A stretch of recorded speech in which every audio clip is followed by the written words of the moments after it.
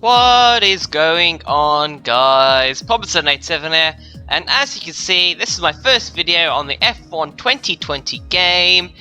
Yay, big hype, woohoo! Alright, so we're straight into it at the Vietnam Grand Prix. This is a new track obviously on the F1 game, and big thing to start off with, as I'm sure you can see by the title, I am on the wheel. So for those who don't know, who don't follow me on Twitter, I basically bought a wheel way back at the start of the year, but haven't really actually recorded any videos. Well, I recorded a few attempted league races, but they all kind of sucked, unfortunately, because I wasn't very good. So I'm just trying to build my skill level on the wheel, and so far I made a pledge to drive only on the wheel for this game, see how I go, and then build up my pace. So as you can see, the AI we're on is 102. We're starting from the back of the grid at the Vietnam Grand Prix. For a little glitch there, as the drivers didn't load in properly. So from now on, every video should be using the wheel, in theory, hopefully anyway. So gone are the days of the keyboard steering, no more jokes of that. Let's see how I get on with my first 50% race around at Vietnam. So the one thing I know I can't do very well with the wheel so far is starts. I suck at starts, even in online. I just, I need to work on that. But so far the pace hasn't been too bad in this game so far, so going very tentatively through turn 1. It's a very interesting track, Vietnam. I know a lot of people are hating it as we tap the back of Stroll there. It's a bit clumsy there. So there's a little bit of contact there. I didn't use any flashbacks, so there are a few mistakes like that, for example, where I just get a little bit too eager on the throttle, and this so far has been a little bit of a messy track, but not track, start. Speaking of the track itself, though, a lot of people on Twitter are like really kind of hating this track, saying it's worse than Sochi or France. I'd say it's at least better than Sochi. That's for sure.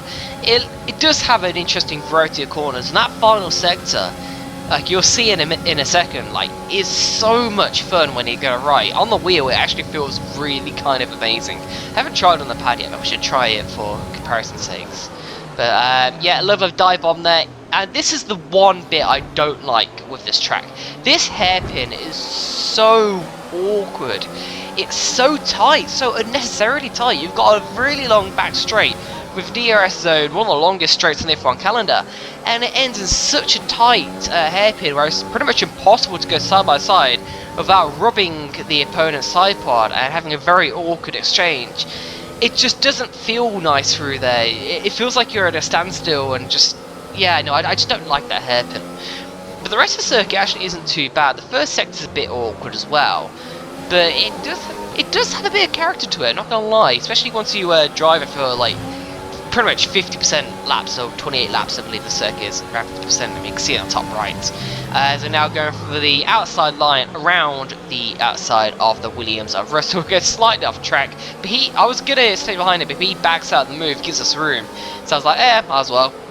This isn't a league race, so we can get away with it. Another little bit of contact on the inside of the wall, and we do actually have a bit of front wing damage, which I don't think I've covered yet, as that is Nicholas Latifi out of this race, and we're going to take the opportunity to go in for a pit stop, change the front wing, and we sped into the pit lane. So once again, as I said, this is completely unscripted, no flashbacks used, so there are plenty of mistakes. I didn't know where the pit lane entrance was, so I sped into the pit lane like a nonce. But it is pretty easy to do, especially on a new track. So once again, we are going to do a nice little league racing strat, and we're going to serve our 5-second stop go under the safety car. So we'd only just call back up to the train, and we're back into the pit lane. One thing I did find interesting though is because you're completely cutting the final two corners, you get to go ahead of through the AI cars there, and I actually got a few illegal overtakes for a few seconds there. So that's really kind of awkward, but it's pretty interesting. So now, safety car in this lap. We're now going round the outside. No, we're still waiting for the green flag running. You can tell I'm really rusty at commentary. I can't even pronounce our words correctly. So here we go. We've got a much better run off the final corner compared to Russell. We're using the overtake mode. No, we're not using overtake. We're using Rich Mix. And that Williams so quick in a straight line. He actually does a little bit of cheeky move into braking there, and kind of put me off into the braking zone. But we get the inside line, we force them out a little bit. But what, like, yeah, as I was saying before, there's like so many awkward corners. Like, the flow of this track isn't actually that bad, but like a few of the overtaking zone corners just feel so awkward. Like turn 1, it's so tight. Like, why is that corner so tight? It's just unnecessary. Like, the only way you can actually overtake people is just do dive bomb and hope they can see the position, which is, well, it's very difficult to make happen, especially in online races. Even in this game, the AI do put up a lot more of a fight. This is 102 AI. Can't even imagine what it's like on 110, how aggressive they might be. So here we go now, looking for P16, I think. We're going around the outside of the Racing Point to Stroll. The Racing Point really underperforming in this game so far. The Codemasters need to probably restore the balance on that, because the Racing Point in real life is pretty OP in this year's F1.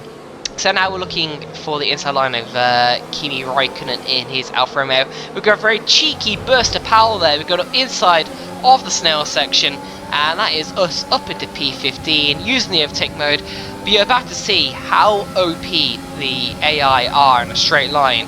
I don't have DRS. In fact, yeah, this straight as well isn't actually straight. Like, the racing line moves from side to side of the track, so it's kind of really, yeah, it's a very interesting section that is. And I can see in online races it being really chaotic. I've actually done an online race around Vietnam yet, but I so want to do it because it'd be so interesting seeing all the crashes down that back straight. Once again, have a little cheeky move up the inside of Perez.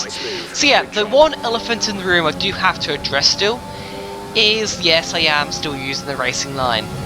And yes, there is a reason for that. I did actually try without on the first day.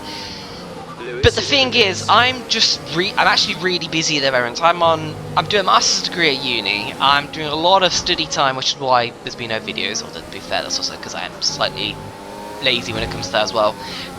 So I've been really busy lately with the study. I just don't have time to try and learn 2 new skills with the wheel and the racing line. And I kind of just want to enjoy. Like, I've got the wheel. I am really enjoying it. I just kind of want to keep enjoying using the wheel and then not be 5 seconds off the pace again, because I'm learning no racing line as well. It sounds like a coward's way out, and yes, it kind of is, but to be honest, I don't care. This is what it is. When I get comfortable with the wheel, I'm sure I will turn off the line, but as I'm still not feeling fully comfortable with the wheel, I was going to make a very nice move on Chip and actually there through the S section. Yeah, as I'm not fully comfortable with the wheel yet, I still have a little bit more progress to go. Then, yeah, I want to try and put more attention on that first. As I make a little bit of a mistake there, going to first gear. First gear you'd want to try and use as least as possible. It doesn't really make much sense. I believe the only 2 corners you can use first gear on this track is this corner and the hairpin. I didn't actually use first gear on that occasion, but you can do.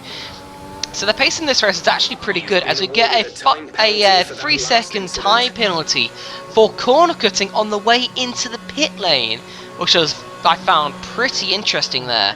That was slightly annoying, but once again we got a bit of front wing damage.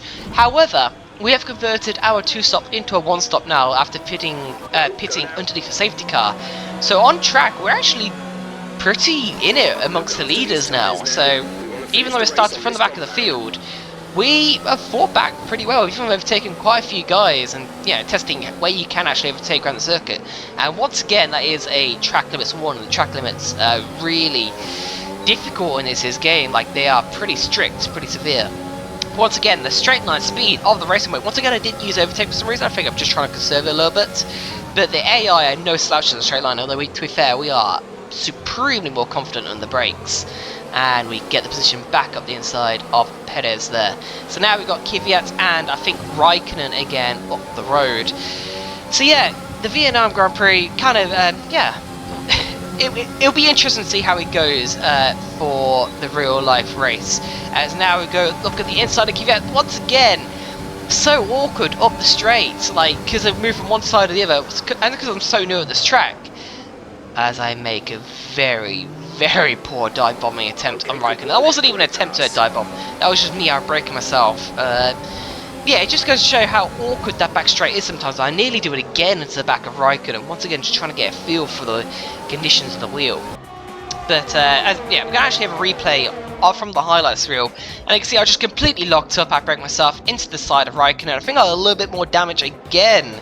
So for me, this is the definite front wing damage Grand Prix. Although to be fair, my pace hasn't really been affected that much by the front wing damage. I feel like the AI also are running setups in this year's game, because I feel like they were pretty slow in the final sector, but also mightily quick down the straights. They were definitely a lot quicker than me a lot of the time, and like even in circumstances like this, I'm barely catching the AI.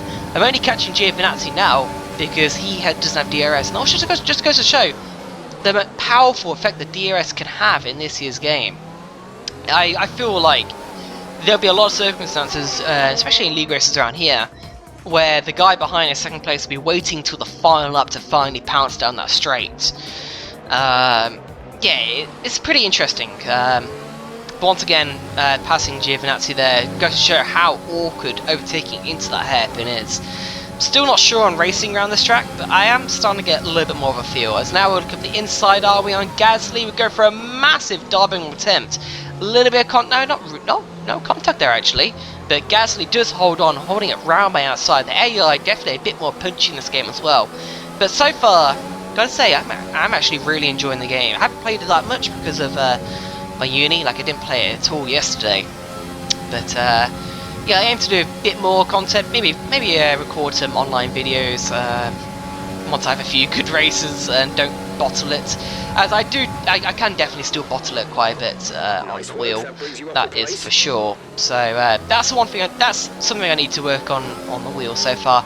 Work on the consistency, not making mistakes in it, and also starts, because I still, yeah, because that goes to show like the main thing I struggle at right now with the wheel is just sort of like feel of the traction on the slow corners. I feel like that's one thing that you can definitely struggle with once you're new to the wheel, especially compared to the pad, because the pad does have a bit more feel under low traction conditions. But now we're racing the leaders, Hamilton and the two Ferraris. Obviously Ferrari is a bit quicker than they are in real life on the game, but at least it's better than two Mercedes running away in every single race in this game, so at least it adds a bit of competition, whether it's unrealistic or not. But as you can see, we're really close to the win, although do bear in mind we do have a 3-second time penalty.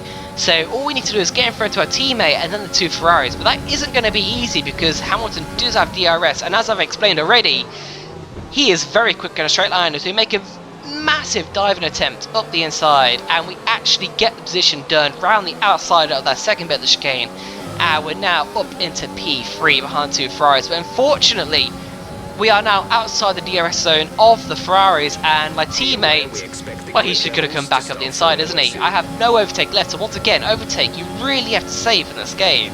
And now I'm down to 1%. Hamilton has just easily got position left. I was thinking I'd dive bombing him in there, but just so awkward. You just got to be fully committed if you want to make a move stuck there. And because I approached the corner at such a shallow angle, I just completely understeered off the track. Like, it's such an awkward corner. I hate that hairpin. Why couldn't they just made that hairpin like the one in Canada or Austria or something?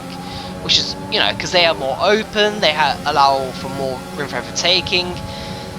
Yeah, I don't know, this one just seems so awkward, especially at the end of such a long straight. But speaking of long straight, we easily passed Hamilton as he didn't have DRS that time, and we had just about enough overtake left in our battery. So this, gotta say though, this final sector, when you get it right, it feels so nice and smooth. Gotta say, it's the one thing I love about the wheel, is just the change of direction is so much nicer feeling than the pad, and we're right on the back of the clear. We're going for a dive bombing move into the penultimate corner.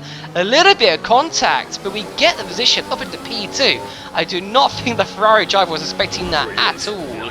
And we're now up into P2 after starting in 20th place. And we're going to have a replay of that dive bombing move. Oh, yeah, just lovely. Yeah. Fantastic, and now we're right in the back of Sebastian Vettel. Unfortunately, we're not close enough to repeat the move into the penultimate corner, so we're going to hang on for P2, which I believe, is it going to be P3 the penalty? We've crossed the line now, and it will be P3. But still, a podium after starting from the back of the grid. I feel like it's a pretty good achievement, to be honest. That was a pretty good race, especially my first 50% race on this game as well. I feel like I've done pretty good. So I should hopefully have more videos out over the next few days, hopefully. A few more if I have time. Some online I want to do. Also some career mode. Might try career mode, we'll see. But I want to get a little bit more comfortable in the game first, and then I'll try a bit more of it. Maybe even upload it, we'll see. Well, to be fair, I don't think I've actually finished career mode on this on my YouTube channel actually, ever, so we'll see if the time has come where I can actually finish a career mode on my channel, but we shall see. So, hope you guys enjoyed anyway. Smash the like button, subscribe if you're new, all that lovely stuff. And I will be back, me and my wheel will be back for the future. And until then, I will see you guys next time. Bombs out.